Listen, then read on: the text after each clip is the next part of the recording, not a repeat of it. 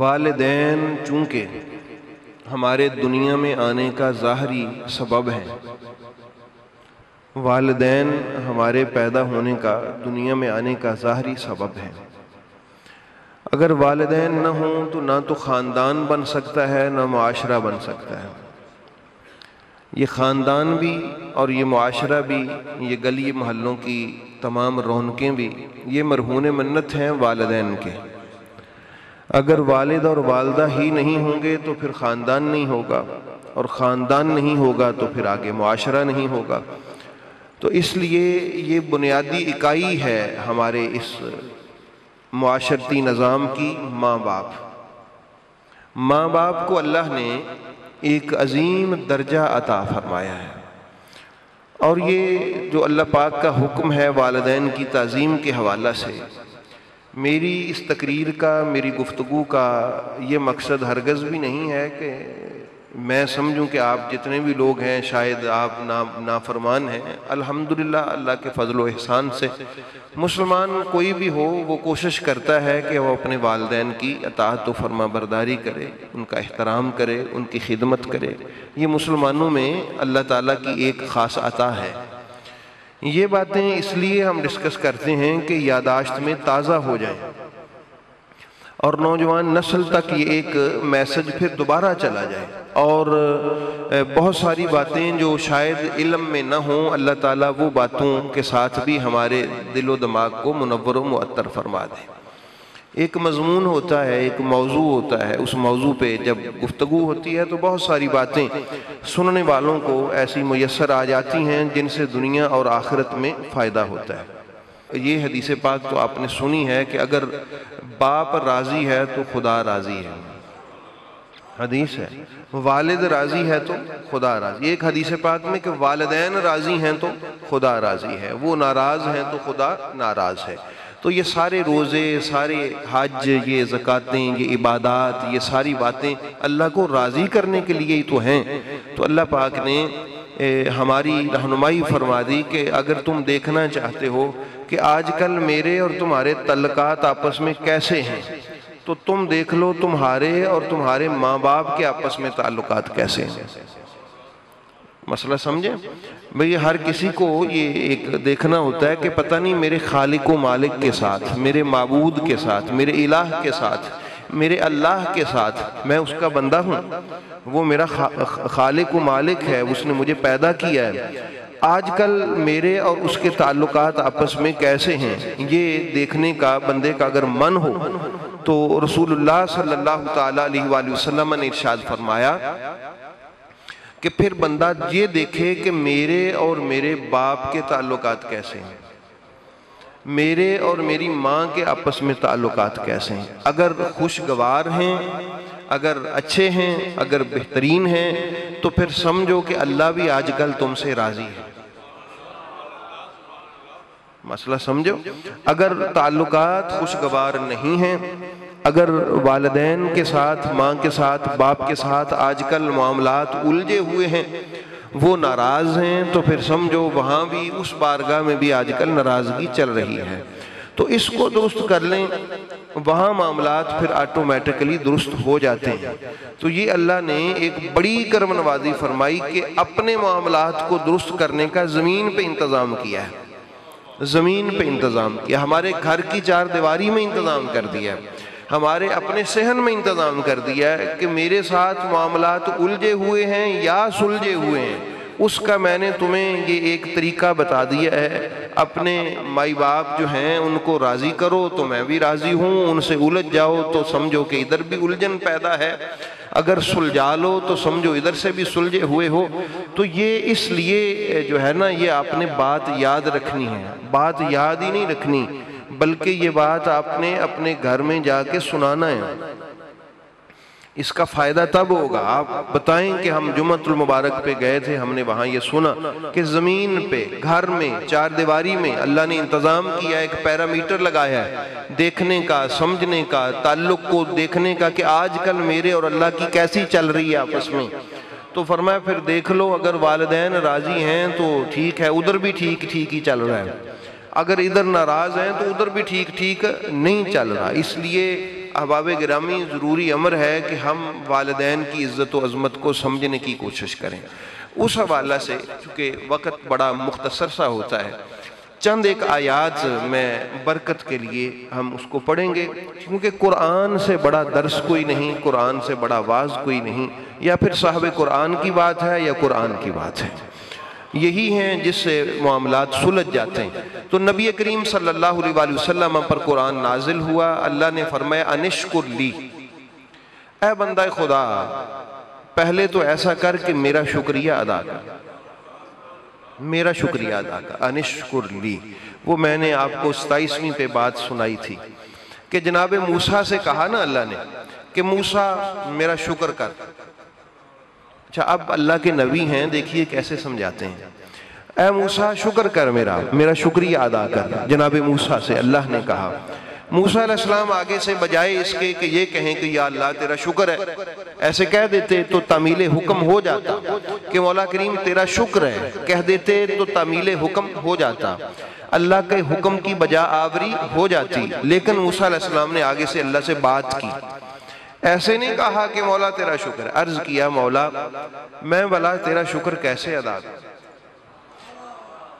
مسئلہ یہ ہے کہ اگر میں تیرا شکر ادا کروں گا تو یہ بھی تو تیری توفیق سے ہی ہوگا، یعنی تیری توفیق سے ہی تیرا شکر ادا کروں گا، اور یہ جو مجھے تو نے توفیق دی ہے شکر کرنے کی، یہ ایک نئی نعمت ہے، میں تو پچھلی نعمتوں پہ شکریہ ادا کروں گا نا، پچھلی نعمتوں پر، تو یہ جو ایک نئی نعمت آ گئی ہے اب اس کا شکریہ پھر باقی رہ گیا، یہ تیری توفیق سے ہے، اور پھر اگر میں اس پہ شکریہ ادا کروں یہ جو مجھے تو نے توفیق دی ہے تو پھر ایک اور نئی نعمت ہے، کیونکہ تیری توفیق سے ہے۔ تو مالک و مولا میں تو اس نتیجے پہ پہنچا ہوں کہ میں تیرا شکریہ ادا کر ہی نہیں سکتا۔ تو آواز قدرت آئی کہ اے موسیٰ بس جب تو یہ جان گیا ہے نا کہ تو میرا شکریہ نہیں ادا کر سکتا، یہی میرا شکریہ ہے، مسئلہ سمجھ آئے، یہی میرا شکریہ، انشکر لی، شاہ صاحب واقعہ انشکر لی، میرا شکریہ ادا کرو۔ تو احباب گرامی ہم اللہ کے بندے ہیں، اللہ تعالیٰ نے کرم فرمایا ہے، ہمیں حکم دیا ہے کہ میری بڑی نعمتیں ہیں تمہارے اوپر، سب سے بڑی نعمت یہ ہے کہ اللہ نے ہمیں با ایمان بنایا ہے، سمجھو اس پر زیادہ شکریہ ادا کرو، کیونکہ اللہ نے فرمایا ان شکرتم لازیدنکم، جس نعمت پر بھی شکریہ ادا کرو گے وہ نعمت میں بڑھا دوں گا، جس نعمت پر شکریہ ادا کرو گے وہ نعمت میں اور بڑھا دوں گا اور اس نعمت کو زیادہ کر دوں گا، اللہ پاک نے ارشاد فرمایا۔ تو احباب گرامی اس میں اللہ پاک نے فرمایا پہلے تو میرا شکریہ ادا کر، پھر آگے فرمایا میرے بعد، اب دیکھیے کیا درجہ ہے، وَلِوَالِدَيْكَ، میرے بعد اگر تیرا کوئی شکریہ ادا کرنے کے لائق ہے نا وہ تیرے ماں باپ،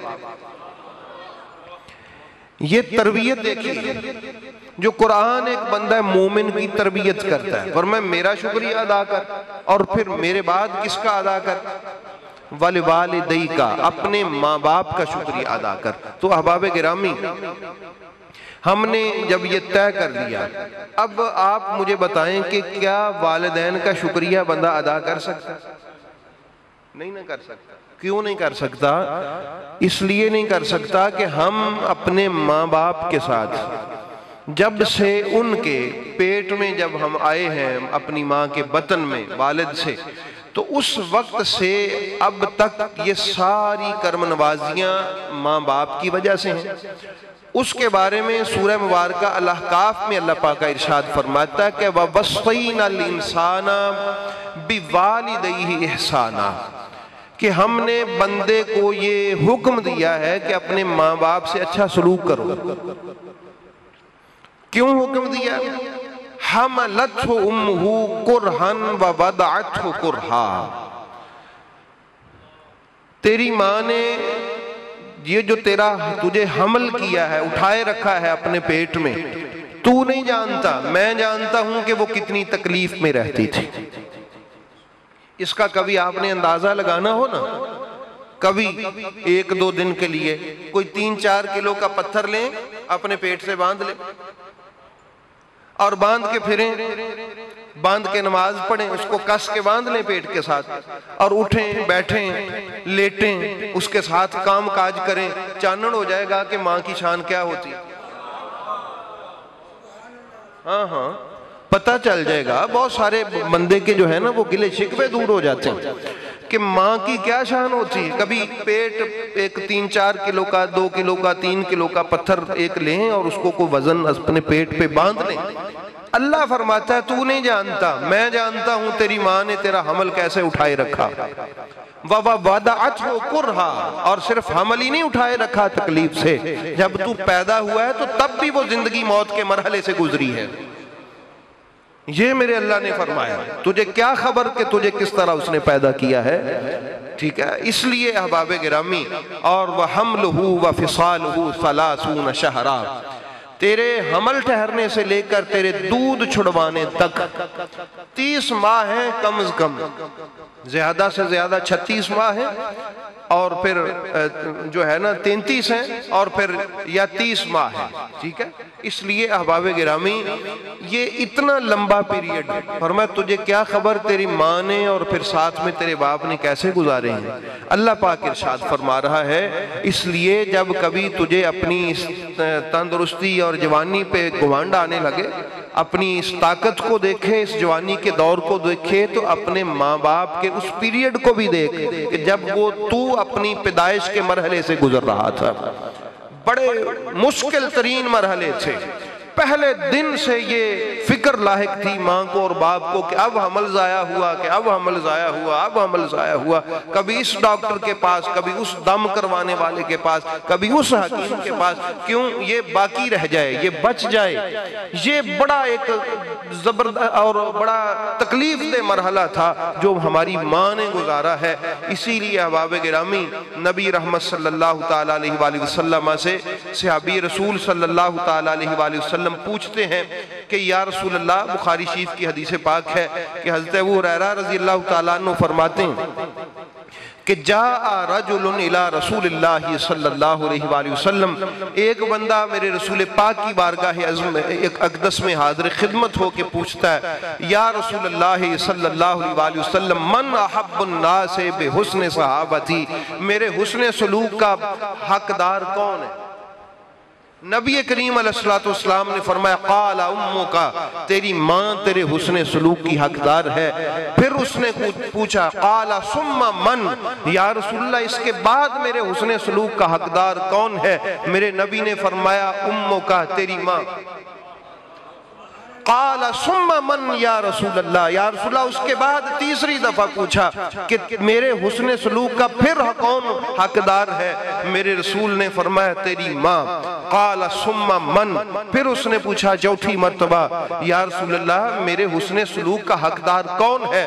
قال رسول اللہ صلی اللہ علیہ وآلہ وسلم ابو کا، تیرا باپ، تیرا باپ تیرے حسن سلوک کا حقدار ہے۔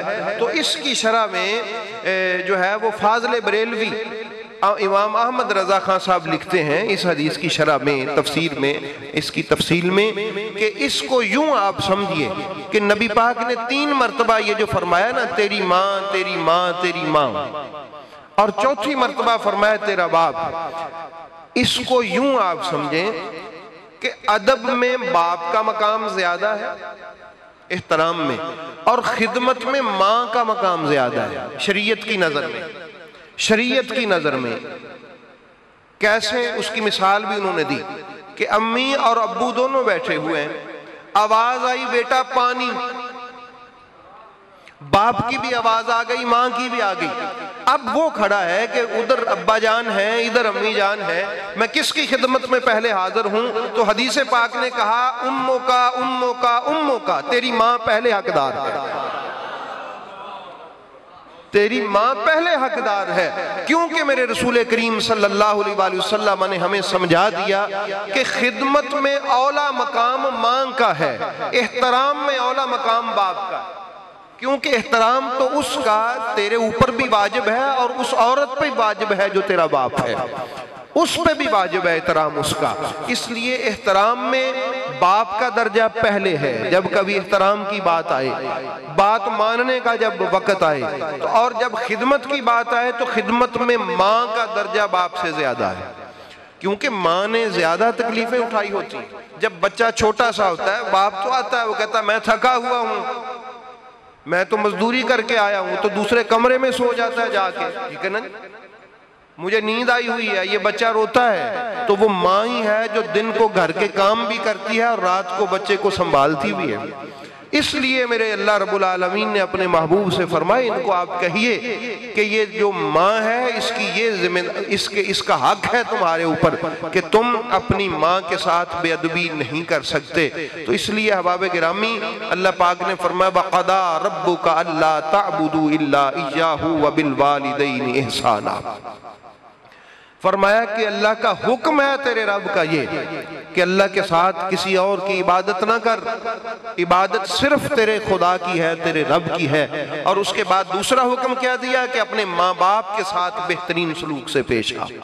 یہ عبادت کے بعد دوسرا درجہ اللہ پاک نے ارشاد فرمایا اما یبلغن عندک الکبر احدہما او کلاہما. تیری زندگی میں ان دونوں میں سے یا دونوں یا کوئی ایک بڑھاپے میں تجھے نصیب ہو.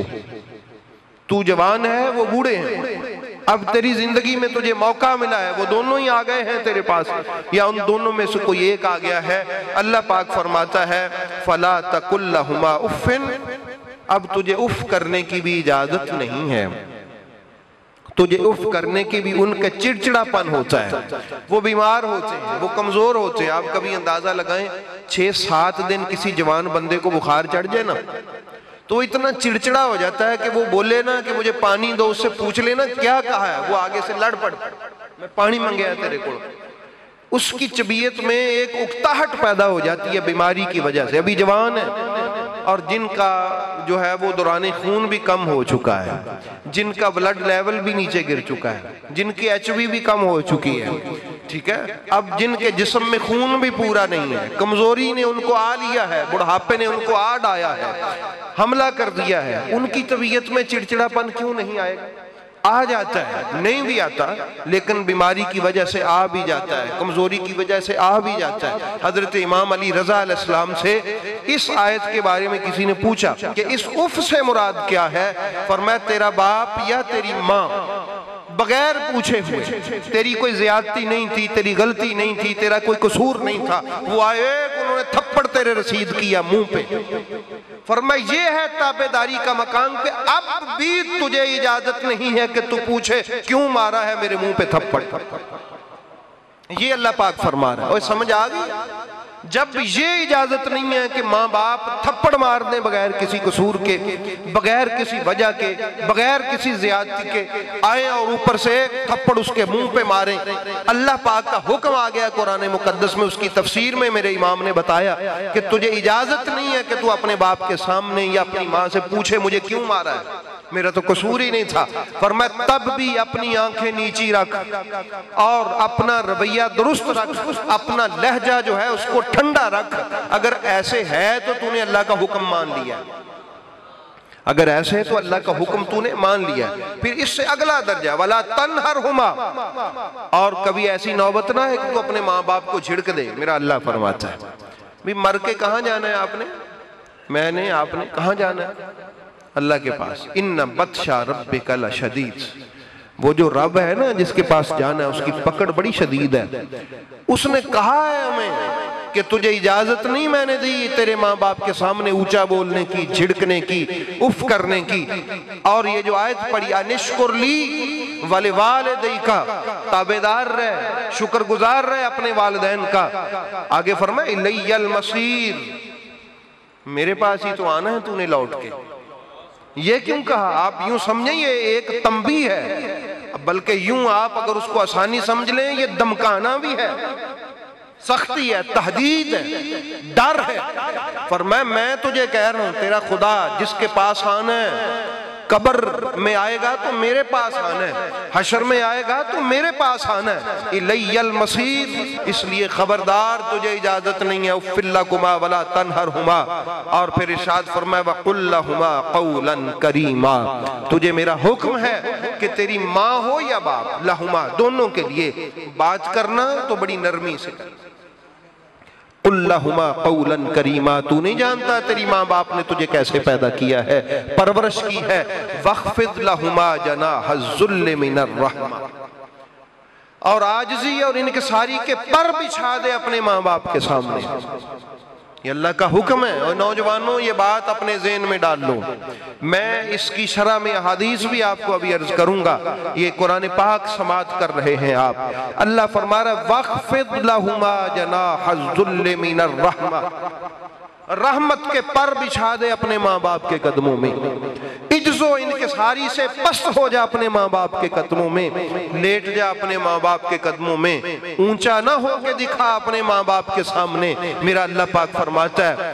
اور پھر ایک اور حق ہے، وہ دنیا میں رہیں یا چلے جائیں، اب وہ چلے گئے ہیں تو اب تیرا حق ختم نہیں ہوا، تو سمجھے کہ جب تک زندہ تھے تو میرے اوپر ان کا حق تھا، میں نے ان کی خدمت کی جتنی کر سکتا تھا، فرمایا نہیں حق ختم نہیں ہوا، اب وہ قبر میں ہیں، اب ان کو میری رحمت کی ضرورت ہے، اب ہر روز اٹھا ہاتھ اور عرض کر رب ارحمہما، مولا کریم وہ تیری رحمت کے محتاج ہیں، مولا کریم میں ان کا بیٹا ہوں، میں ان کی بیٹی ہوں، میں ان کی اولاد ہوں، میری اٹھے ہوئے ہاتھوں کی لج رکھ اور میرے ماں باپ کو اپنی رحمت کی خیرات عطا فرما، اپنی رحمتوں سے نواز دے، یہ دعائیں مانگتا رہے جب تک تو زندہ ہے، کیوں رب یعنی صغیرہ، مولا کریم تو نے مجھے بتایا ہے اور مجھے احساس بھی ہے کہ جب میں بچپنے میں تھا تو تب انہوں نے مجھ پر کتنی رحمت کی تھی،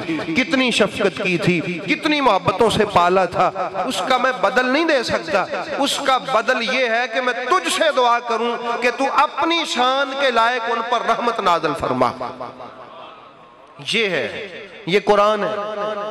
آج بعض مسلمان یہ کہہ دیتے ہیں کہ وہ جی جب بندہ مر جاتا ہے تو پھر اپنے عمل جانے اور وہ جانے، اللہ نے فرمایا نہیں، اگر تو اولاد ہے تو میرا حکم ہے کہ جب وہ دنیا سے چلے جائیں یا دنیا میں موجود ہوں ان کے لیے میری رحمت کا سوال کرتا رہے، وہ زمین کے اوپر ہوں یا زمین کے نیچے ہوں، میری رحمت کے محتاج ہیں، اولاد پر ضروری ہے کہ وہ میری رحمت کا ان کے لیے سوال کرتے رہے۔